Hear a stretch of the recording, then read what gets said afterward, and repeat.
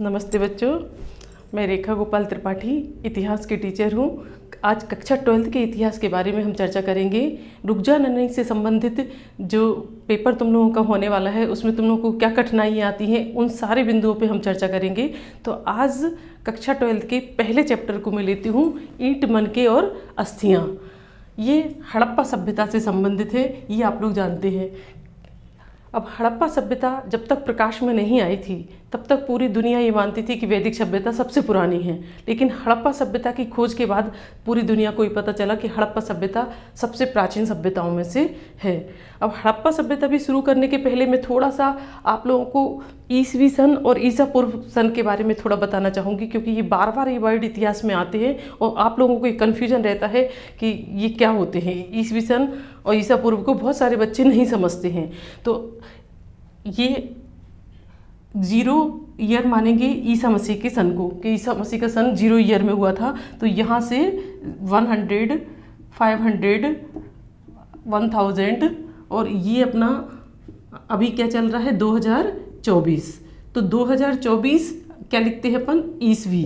तो इसका क्या मतलब हुआ कि ईसवी सन बढ़ते क्रम में होते हैं। ईसवी सन कैसे होते हैं, बढ़ते क्रम में, कि पहले 100 था, फिर 500, फिर 1000, फिर 2024, अगले ही साल रहेगा 2025। तो ईसवी सन को हमने क्या समझा कि ईसवी सन बढ़ते क्रम में होते हैं। अब ईसा पूर्व के सन घटते क्रम में होते हैं, कि जैसे पहले 100, 500, 1000 और ये ले लिया हमने 2600। तो 2600 के बाद फिर 1000 आया, फिर 500 आया, फिर 100 आया, मतलब ईसा पूर्व के सन घटते क्रम में होते हैं। तो हड़प्पा सभ्यता का समय माना जाता है 2600 ईसा पूर्व से 1900 ईसा पूर्व। इतनी पुरानी ये सभ्यता है। अगर हम इसको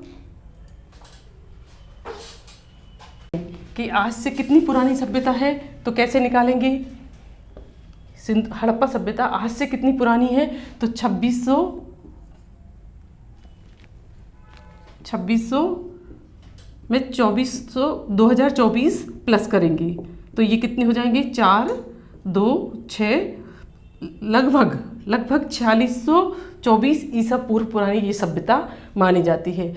अब हड़प्पा सभ्यता की खोज कब और किसने की, ये 1 नंबर के क्वेश्चन है जो आप लोगों को ऑब्जेक्टिव में आते हैं या जोड़ी में पूछे जाते हैं। तो हड़प्पा सभ्यता की खोज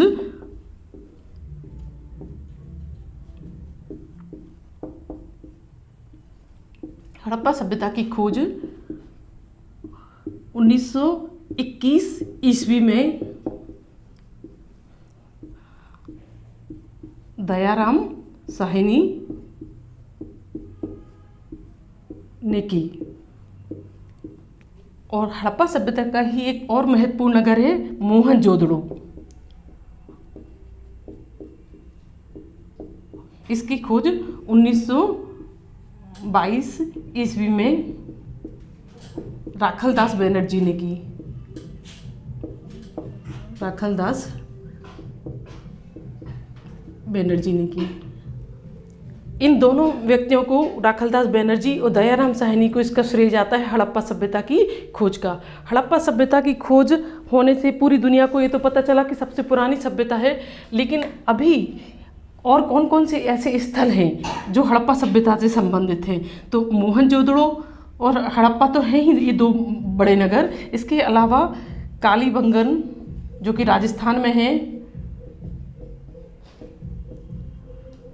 वनवाली जो कि हरियाणा में है, लोथल गुजरात में है, ये भी हड़प्पा सभ्यता से संबंधित महत्वपूर्ण नगर है। बालाकोट, बालासोर,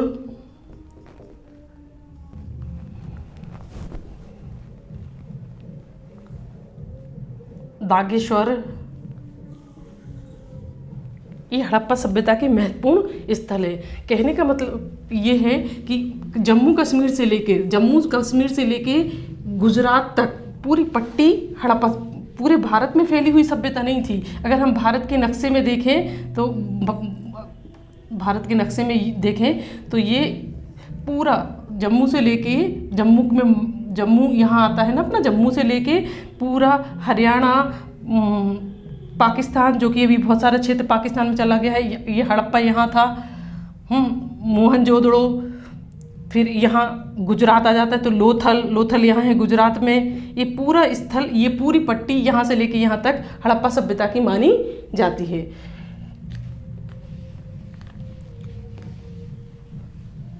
अब हड़प्पा सभ्यता के बारे में हमें कहाँ से और कैसे पता चला, तो हड़प्पा सभ्यता आज तक ऐसी सभ्यता है जिसके बारे में लिखा हुआ कुछ भी नहीं मिला है। सारी चीज़ें उत्खनन पर आधारित हैं। उत्खनन मतलब होता है खुदाई, कि जो भी खुदाई में मिला है उससे हमें हड़प्पा सभ्यता के बारे में पता चलता है। जैसे खुदाई में जो आवास मिले, आभूषण मिले, मृदभांड यानी बर्तन, औजार,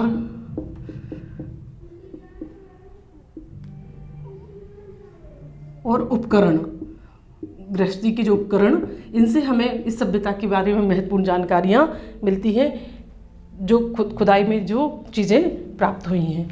तो हड़प्पा सभ्यता पूरा अनुमान पर आधारित है। अनुमान मतलब कि जैसे उदाहरण के लिए अगर हम ले कि हड़प्पा सभ्यता का सामाजिक जीवन कैसा था। हड़प्पा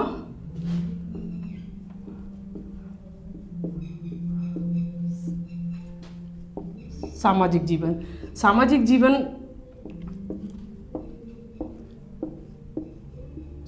यानी क्या भोजन कैसे करते थे, वो क्या भोजन करते थे, भोजन में क्या क्या चीज़ें कर, तो दूध और दूध से बनी हुई चीज़ें खाते थे।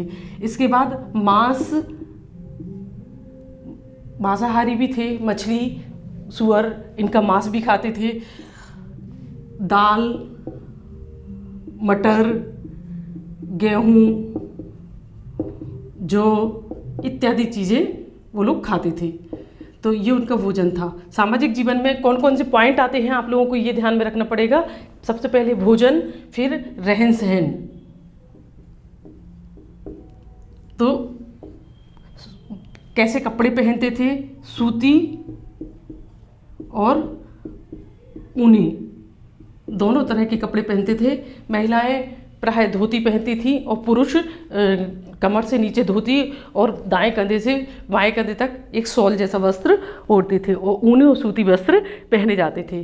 अब आता है आभूषण। तो महिला और पुरुष दोनों ही आभूषण के शौकीन थे। आभूषणों में कंठहार, कानों में बुंदे, अंगूठियाँ खुदाई में प्राप्त हुई हैं।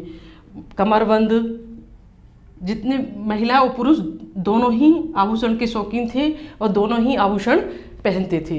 तो इससे पता चलता है कि महिलाएं केश सज्जा भी करती थी। केश सज्जा में उन्होंने जूड़ा बनाए हुए दिखाया। पता कैसे चला? चूँकि आज तक हड़प्पा सभ्यता के बारे में कुछ भी लिखा हुआ पढ़ा नहीं जा सका है, तो पता कैसे चला आपको? तो खुदाई में जो मूर्तियाँ मिली हैं उनमें महिलाओं को सुसज्जित जूड़ा बनाए हुए दिखाया है और कंघी किए हुए दिखाया है। तो कंघी करते थे वो, जूड़ा बनाती थी। महिलाएं शौकीन होती थी, श्रृंगार करना जानती थी। प्रसाधन का सामान भी मिला है। प्रसाधन मतलब होता है श्रृंगार का सामान। तो जैसे ड्रेसिंग टेबल होती है, ऐसे कांच मिले हैं। एक पात्र में लिपस्टिक जैसा, पाउडर जैसा पदार्थ मिला है। तो इससे पता चलता था कि वो लोग काजल, पाउडर, लिपस्टिक, इनसे इनकी जानकारी रखती थी, मतलब सजने की शौकीन होती थी। अब सामाजिक जीवन में और क्या आएगा? तो मनोरंजन के साधन, कि उस समय मनोरंजन के साधन क्या थे? तो चौपड़ खेलते थे। चौपड़ की गोटियां मिली हैं। इसके अलावा मुर्गे की लड़ाई, संगीत, क्योंकि वाद्य यंत्र खुदाई में प्राप्त हुए हैं, इससे पता चलता है कि वो संगीत के शौकीन होते थे। इसके अलावा नृत्य। अब नृत्य का कैसे पता चला कि वो लोग नृत्य जानते थे? तो एक महिला नृत्य की मुद्रा में दिखी है, नृत्य करती हुई महिला की मूर्ति प्राप्त हुई है। इससे पता चलता है कि वो नृत्य के शौकीन थे, नृत्य से अवगत थे।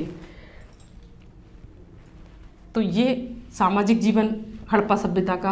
अब हड़प्पा सभ्यता के लोग और क्या क्या जानते थे, धार्मिक जीवन के बारे में हम क्या पता चलता है कि वो कौन से धर्म को बिलोंग करते थे, कौन से धर्म को मानते थे।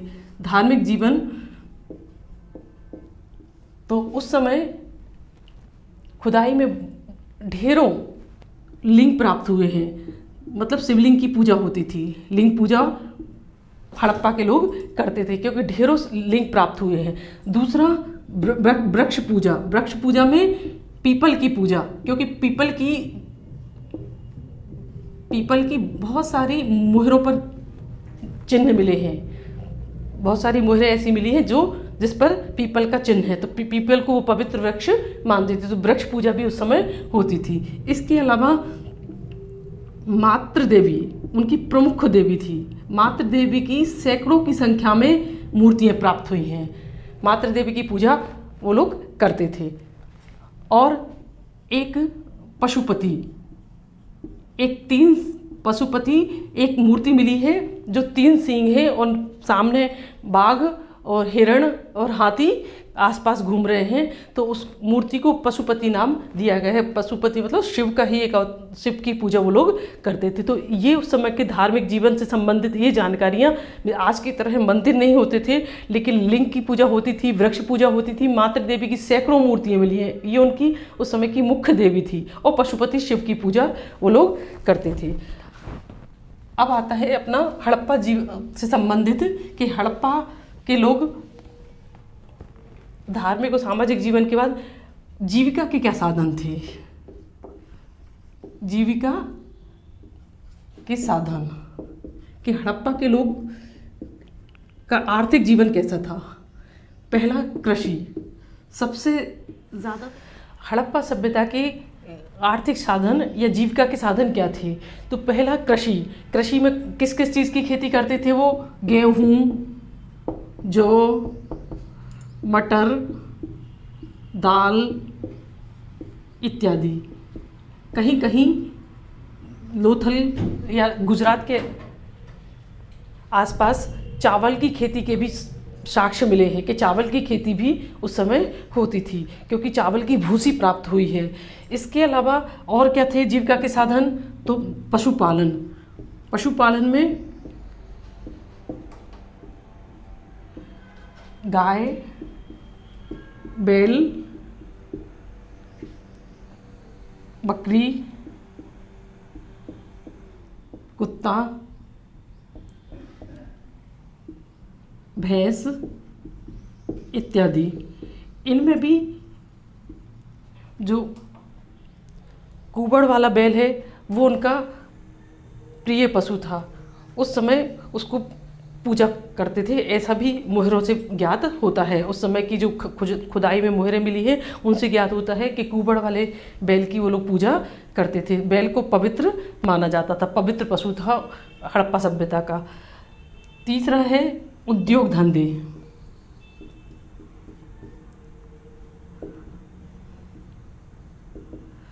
हड़प्पा सभ्यता उन सभ्यताओं में से है जो नगरीय सभ्यता कहलाती है। नगरीय सभ्यता मतलब पूरी तरह से विकसित सभ्यता, उनको हर चीज़ का ज्ञान था। उद्योग धंधों में सोने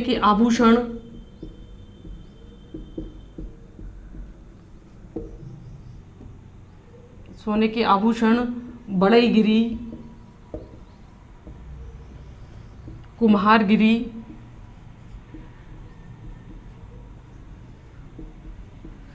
बर्तन बनाने के उद्योग,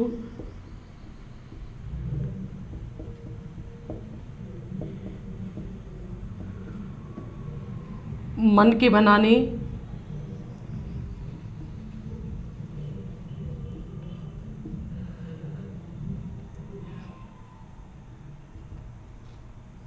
इत्यादि उद्योग धंधे उस समय अच्छी से डेवलप थे। देश के अंदर भी व्यापार होता था और विदेशों से भी व्यापारिक संबंध थे, ऐसा ज्ञात होता है। सोने चांदी या धातु के तांबे के बहुत सारे आभूषण बनाए जाते थे।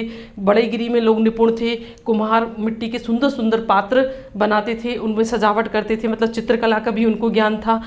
हजारों की संख्या में उस समय के बर्तन प्राप्त हुए हैं। मन के, अब एक शब्द आया है आपको यहाँ मन के, तो मन के से क्या मतलब होता है अपना, चूँकि टॉपिक ही है ईंट, मन के और अस्थियाँ, तो मन का अर्थ होता है गुड़िया। मन का बनाने की ढेरों कारखाने थे, तरह तरह के आकार के, जैसे गोलाकार, ढोलक के आकार के,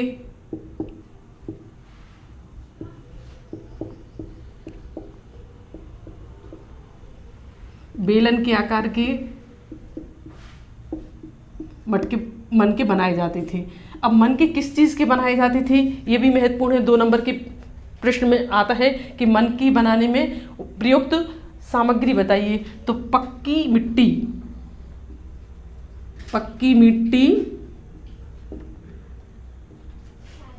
पत्थर,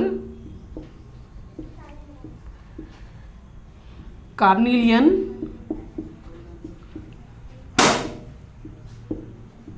जैस्पर,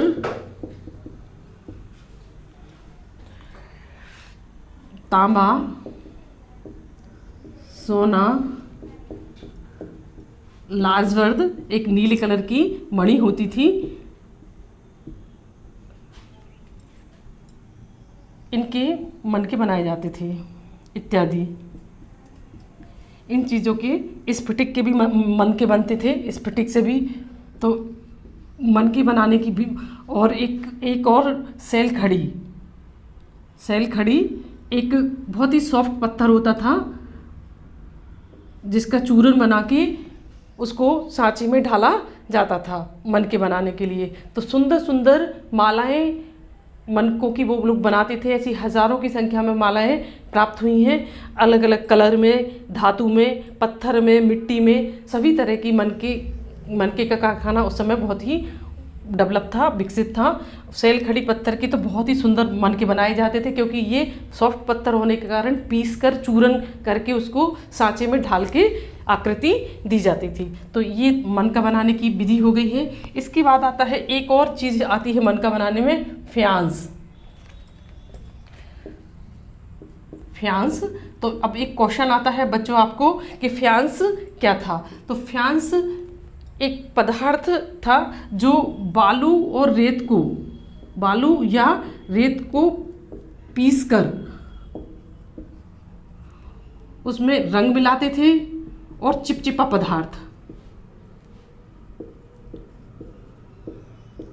पदार्थ मिलाकर पकाया जाता था। इसे फ्यांस कहते थे। इससे मोती भी बनाए जाते थे और सुंदर दुर्लभ बर्तन भी जो अमीर लोगों के घरों में पाए जाते थे। तो ये फ्यांस भी 2 नंबर में आपको एक क्वेश्चन आता है। तो आप क्या लिखेंगे कि बालू या रेत को पीसा जाता था, बारीक किया जाता था, उसमें रंग मिलाया जाता था और एक चिपचिपा पदार्थ मिलाकर उसको पकाकर बनाया जाता था, ये फ्यांस कहलाता था। तो इससे मोती और सुंदर दुर्लभ बर्तन बनाए जाते थे।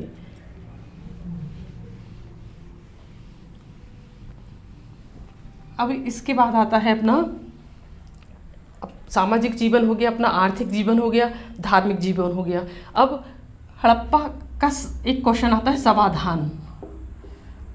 हड़प्पा में समाधान की क्या विधि थी? समाधान मतलब होता है सबको क्या करते थे वो लोग उस समय, सबको किस तरह से तो पहला तो है दफनाया जाता था, मतलब गड्ढा खोद के सबको दफना दिया जाता था।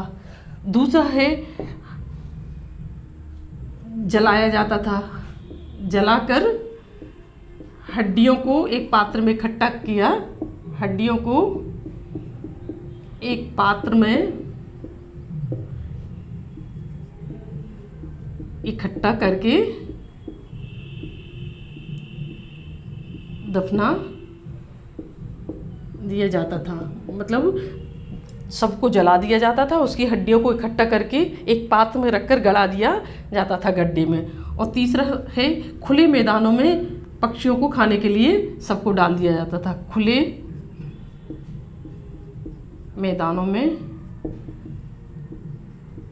सबको पक्षियों को खिला दिया जाता था।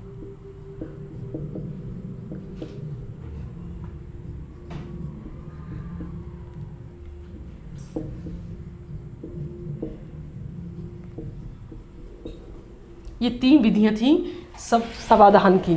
अब एक और महत्वपूर्ण चीज़ जो मैं यहाँ बताना चाहूँगी कि हड़प्पा में जो शवों को दफनाते थे तो अलग अलग आकार के गड्ढे होते थे। दफनाने के लिए अलग अलग आकार के गड्ढे होते थे और गड्ढों में भी वो शव के साथ दुर्लभ वस्तुएं और साधारण वस्तुएं दोनों ही रखी जाती थी। जैसे आभूषण भी प्राप्त हुए हैं शवों के साथ, आभूषण के साथ साथ खाने पीने की वस्तुएं भी प्राप्त हुई हैं और दर्पण भी प्राप्त हुए हैं। इससे ये पता चलता है कि हड़प्पा के लोगों का ये सोचना था कि मृत्यु उपरांत व्यक्ति को इन चीज़ों की आवश्यकता होती होगी। तो ये 3 विधियां थी समाधान की। ये क्वेश्चन भी आप लोगों को 3 नंबर में आता है कि समाधान की विधि बताइए। तो एक तो दफनाने की प्रक्रिया, उचित आकार का गड्ढा करके दफनाया जाता था, जलाया जाता था और खुले मैदानों में खाने के लिए छोड़ दिया जाता था।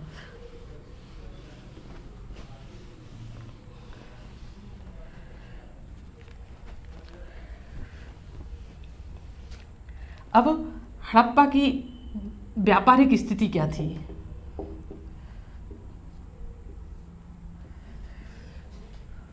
हड़प्पा का व्यापार विदेशों से होता था, ऐसा पता चला है। कैसे पता चला है? तो रोम की मुहरें दक्षिण भारत में पाई गई। दक्षिण भारत में प्राप्त हुई। इससे हमें पता चलता है कि दक्षिण भारत के लोग उस समय रोम तक जाते थे। मेसोपोटामिया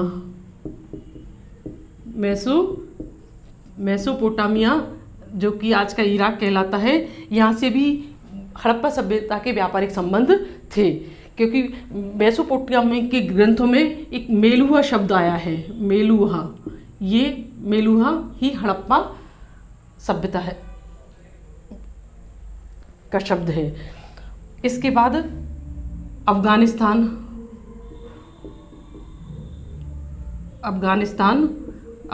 से भी व्यापारिक संबंध थे। मिस्र, इन जगहों से जहाज़ों के माध्यम से सामान लाया और ले जाया जाता था। मतलब इन देशों से आयात। बहरीन,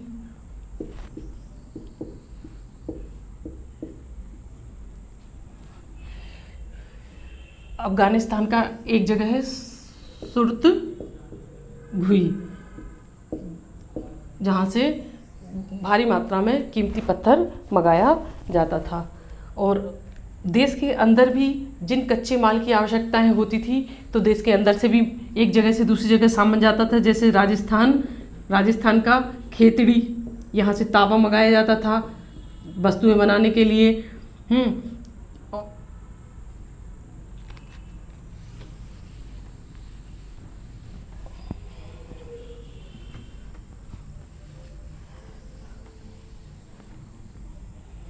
अब आते हैं हम कि इतनी महान सभ्यता, हड़प्पा सभ्यता, इतनी पुरानी सभ्यता, आज से 4.5 लगभग 4600 साल पहले की सभ्यता, हड़प्पा सभ्यता का विनाश कैसे हुआ? हड़प्पा सभ्यता का विनाश मतलब इतनी महान सभ्यता आखिर कैसे लुप्त हो गई, कैसे कहाँ चली गई, कैसे इसका नाश हुआ? तो पहला कारण है बाहरी आक्रमण।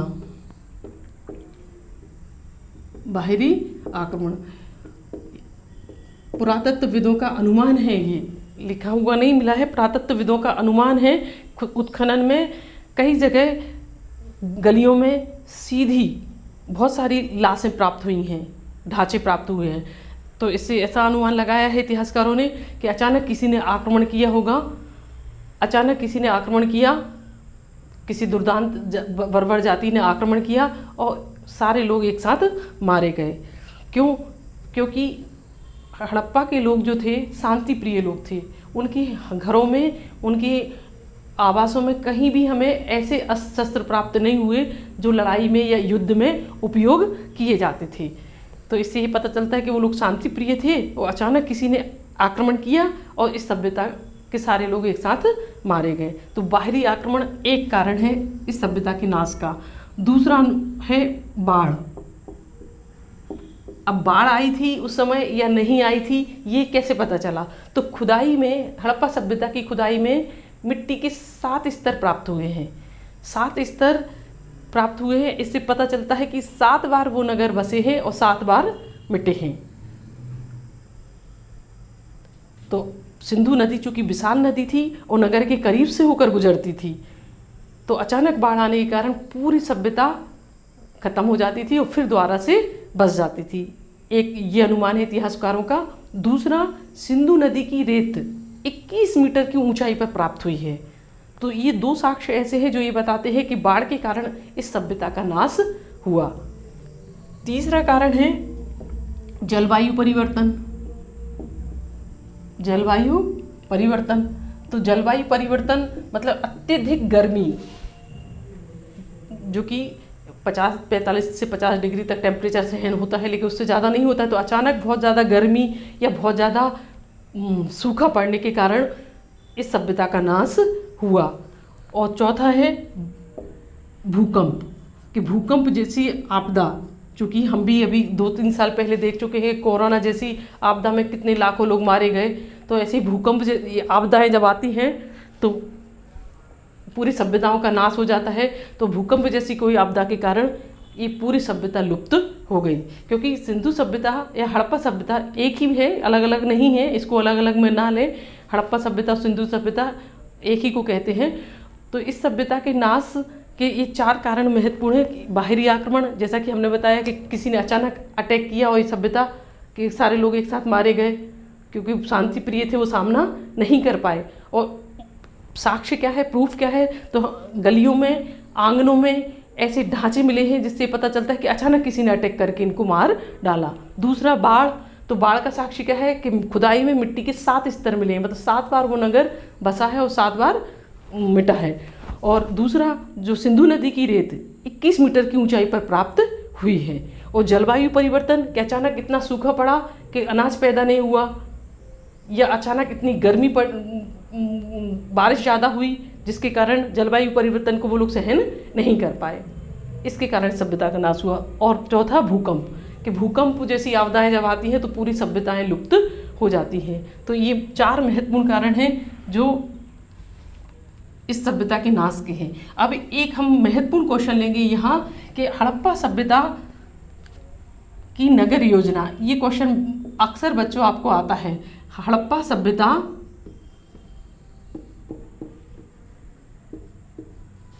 की नगर योजन या नगर नियोजन कैसा था?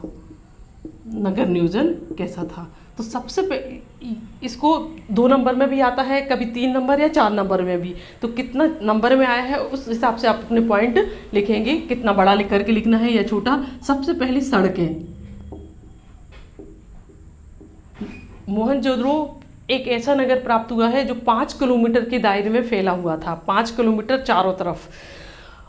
सड़कें कैसी थी? उत्तर से दक्षिण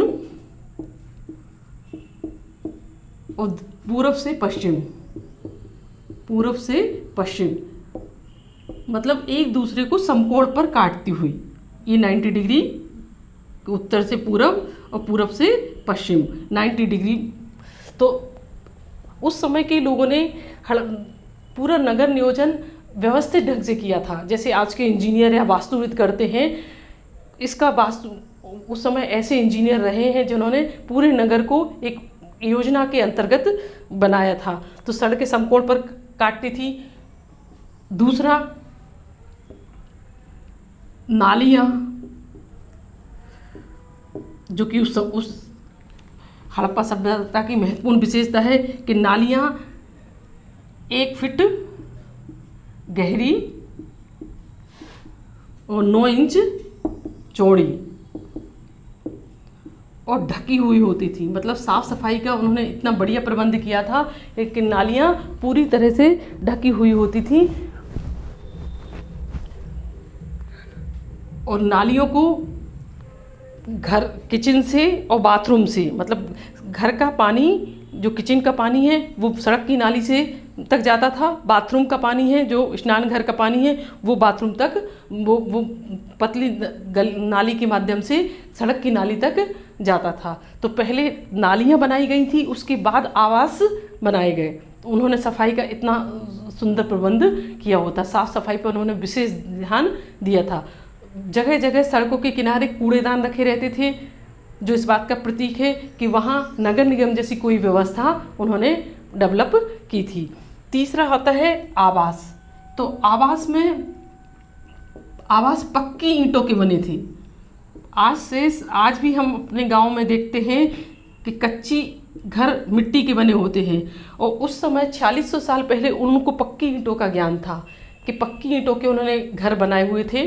घर 1 मंजिला और 2 मंजिला दोनों होते थे, सीढ़ियाँ होती थी और फर्श पक्के ईंटों के बने हुए होते थे।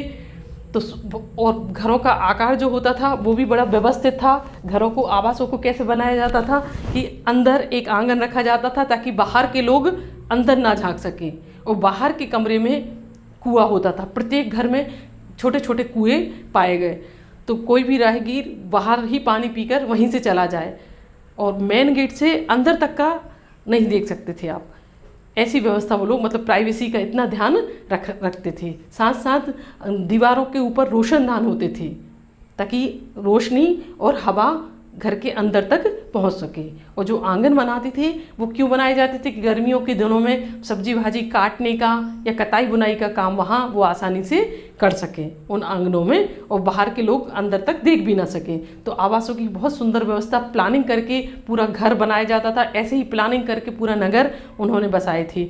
सड़कें सुव्यवस्थित थी। सबसे बड़ी सड़क 36 मीटर की थी, मतलब चौड़ी सड़कें, हाईवे जैसी सड़कें होती थी उस समय। सड़कों को दूसरी गली से जोड़ने के लिए पतली पतली बीथियाँ होती थी। एक गली से दूसरी गली में जाने के लिए पतली गलियाँ होती थी। तो ऐसी नगर नियोजन उन लोगों ने किया था। चौथा है अपना जल निकासी। ये 4 महत्वपूर्ण विशेषताएं हैं उस समय की नगर नियोजन की। जल निकासी, गंदा पानी नालियों से गटर में जाता था, जिसको आज हम सीवेज सिस्टम कहते हैं। सीवेज सिस्टम का ज्ञान आज होना महत्वपूर्ण नहीं है। उस ज़माने में, आज से 4500 साल पहले, वो सीवेज सिस्टम को जानते थे कि नालियों का पानी गटर में जाता था और गटर से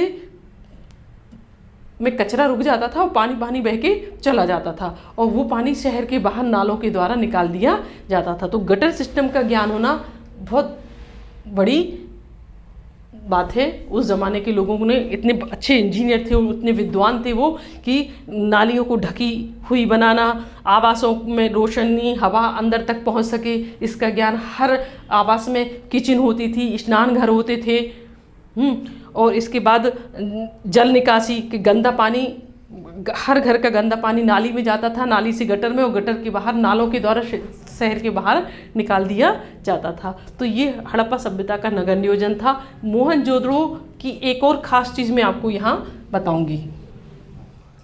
हड़प्पा की नगर नियोजन में एक और महत्वपूर्ण बात मैं ये बताना चाहूँगी कि पूरा नगर आयताकार और वर्गाकार खंडों में बटा हुआ था। मतलब पूरा नगर या तो वर्ग में बटा हुआ था या आयत के आकार में बटा हुआ था। और फिर इसके अंदर पूरा शहर कैसे बसाना है, जैसे आजकल के ज़माने में town and country planning engineer architect करते हैं, ऐसे आर्किटेक्ट उस समय भी रहे थे जो उन्होंने इतनी सुंदर व्यवस्थाएं की थी। अब आता है हड़प्पा सभ्यता की बाँट, नापतोल व्यवस्था कैसी थी। हड़प्पा सभ्यता के बाँट, ये एक महत्वपूर्ण चीज़ है जो मैं यहाँ बताना चाहूँगी कि सामान को खरीदने और बेचने में वो बाँटों का प्रयोग करते थे। तो चैट नामक एक पत्थर आता था जिससे बाँट बनाए जाते थे। चैट नामक एक पत्थर था जिसके बाट बनाए जाते थे। और बाट कैसे होते थे? द्विआधारी होते थे। ऊपर की सतह पर 1, 2, 4, 8, 16, 32, 1200, 12,800, मतलब इस वेट के बाट होते थे। और उस द्विआधारी होते थे। द्विआधारी ऊपर की सतह पर कोई चिन्ह नहीं होता था और नीचे की जो सतह होती थी वो दशमलव पद्धति पर आधारित होती थी। दशमलव पद्धति पर आधारित नीचे की सतह।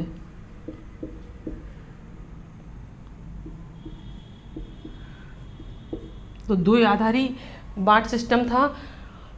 उनको नाप तोल का बहुत अच्छा ज्ञान था।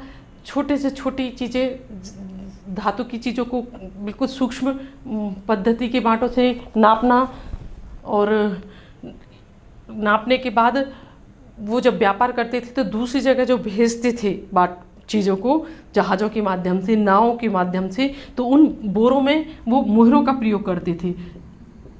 मुहरें 2000 के समथिंग, लगभग 2000 मुहरें प्राप्त हुई हैं। ये मुहरें अलग अलग आकृति की होती थी। गोल भी होती थी, आयताकार भी होती थी और वर्गाकार भी होती थी। इन मुहरों पर सुंदर आकृतियाँ बनी होती थी, जैसे सांड की आकृति या पशुपति शिव की जो मूर्ति प्राप्त हुई है, वृक्ष की आकृति। तो सुंदर सुंदर आकृतियाँ इस पे बनी होती थी। लिपि भी है, लेकिन लिपि को आज तक पढ़ा नहीं जा सका है। तो इन मुहरों का प्रयोग वो अधिकांशतः व्यापार में करते थे। जब एक जगह से सामग्री दूसरी जगह भेजी जाती थी तो उसको पैक करके उस पर मोहर लगा दी जाती थी कि सुरक्षित वो उस स्थान तक सामान पहुंच जाए और किसी ने उसको बीच में खोला तो नहीं है। तो उनको विनिमय के लिए उन्होंने सूक्ष्म सुंदर पद्धति विकसित की थी। बाट, तरह तरह की सुंदर सुंदर बाटों का उपयोग वो करते थे।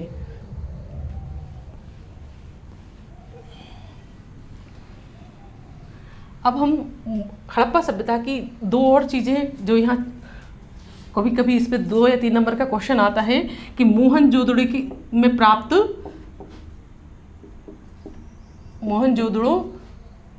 प्राप्त स्नानागार की विशेषताएं बताइए। तो आप इसको कैसे लिखेंगे? इसकी तुलना आज के स्विमिंग पूल से आप कर सकते हैं। मोहनजोदड़ो उस समय का बड़ा नगर था। मोहनजोदड़ो में जो स्नानागार प्राप्त हुआ है वो आज के स्विमिंग पूल की तरह था कि 8 फीट गहरा था, बगल में नीचे का फर्श एकदम पक्का था और उसमें गंदा पानी निकालने के लिए मोहरी होती थी, नीचे उतरने के लिए सीढ़ियाँ थीं और साफ पानी भरने के लिए पास ही में एक कुआं था जिससे उसमें साफ पानी भरा जाता था।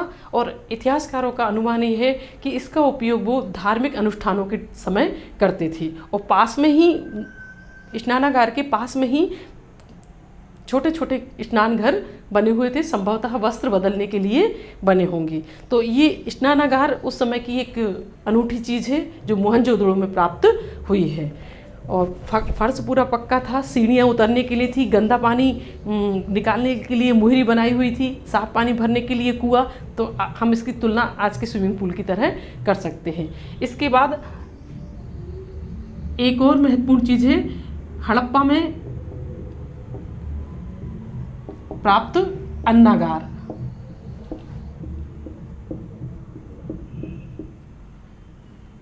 जैसे आज के वेयर हाउस होते हैं उसी की तरह ये अन्नागार था। अन्नागार ये आयताकार था। इसको अपन अगर चित्र बनाएंगे तो इस तरह से बनाएंगे कि ये अन्नागार बड़ी गोदाम कह सकते हैं इसको, अनाज संग्रह के लिए जो संभवतः उन लोगों ने बनाई थी। बीच में एक गलियारा था और 6 हॉल इस राइट साइड और 6 हॉल लेफ्ट साइड।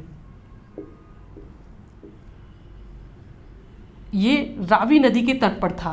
रावी नदी के तट पर बनाने का तात्पर्य ये था कि आसपास की जगहों से अनाज संग्रह करके यहाँ इकट्ठा किया जाता होगा विपरीत स्थिति का सामना करने के लिए। तो ये अन्नागार भी आज के वेयर हाउस की तरह था और अन्न संग्रह के लिए इसको संभवतः उस समय उन लोगों ने बनाया था। तो ये मोहनजोड़ो, इन दोनों पे कभी कभी क्वेश्चन आते हैं, तो पूरा आप चित्र बना के और इसको लिख सकते हो।